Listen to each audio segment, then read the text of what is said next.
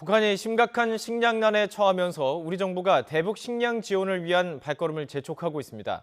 이런 가운데 미국의 북한 선박 압류가 북미 간의 쟁점으로 떠오르면서 앞으로의 남북 관계에 어떤 영향을 미칠지 주목되고 있는데요. 취재기자 연결해서 알아보겠습니다. 김세우 기자. 네, 통일외교 안보부입니다. 우선 북한이 현재 식량난 어느 정도 심각한 것인지, 그리고 우리 정부의 움직임은 어떻게 진행되고 있는지 정리해 주시죠. 네, 북한의 식량 사정은 최근 10년 사이 최악으로 평가되고 있습니다. 세계 식량 계획과 세계 식량 농업 기구는 북한의 긴급한 식량 부족을 해결하려면 외부에서 식량 136만 톤을 들여와야 할 것으로 내다봤습니다. 북한은 올해 비가 거의 내리고 있지 않는 가운데 북한 매체인 노동신문은 극단적으로 강수량이 적은 데다 앞으로의 기온은 높고 건조할 것이라며 봄철 가뭄 극복을 위한 대책이 필요하다고 강조했습니다. 대북 인도적 식량 지원을 공식화한 우리 정부는 9월 전에는 식량 지원이 이루어져야 한다면서 각계각층에서 관련 의견을 모으고 있습니다. 이와 관련해 대북 민간 종교단체는 정부가 식량 지원에 속도를 내야 한다고 촉구했습니다.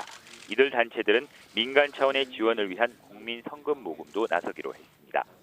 북한의 식량난을 직접 조사한 세계식량계획 측도 국회를 찾아 협조를 당부한 가운데 식량 지원에 대한 모니터링 시스템은 이미 갖추고 있다면서 식량의 군사 전용 가능성은 일축했습니다.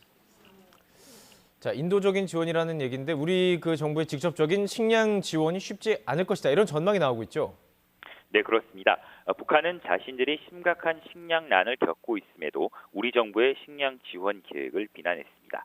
북한은 매체를 통해 근본 문제를 제쳐놓고 식량 지원으로 남한 정부가 생색을 내며 우롱한다는 표현까지 쓴 바 있는데요. 남한이 미국의 눈치를 보면서 개성공단과 금강산 관광 재개 등 남북 경협을 적극적으로 추진하지 못한다는 비난을 담고 있는 것으로 보입니다. 북한은 이미 미국과의 공조가 아니라 자신들의 편에 서야 한다는 점을 이미 여러 차례 강조한 바 있습니다.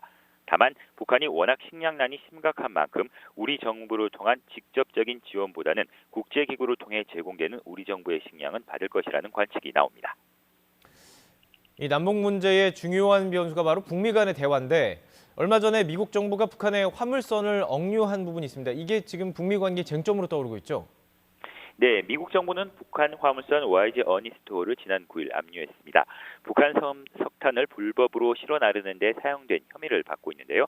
이에 북한은 지난 6월 말 하노이 북미 정상회담 결렬 이후 처음으로 외무성 성명을 통해 미국을 비난했습니다.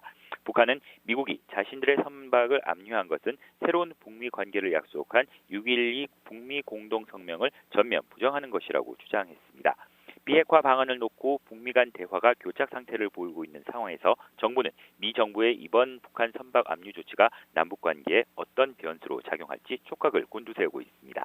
지금까지 통일외교안보부에서 전해드렸습니다.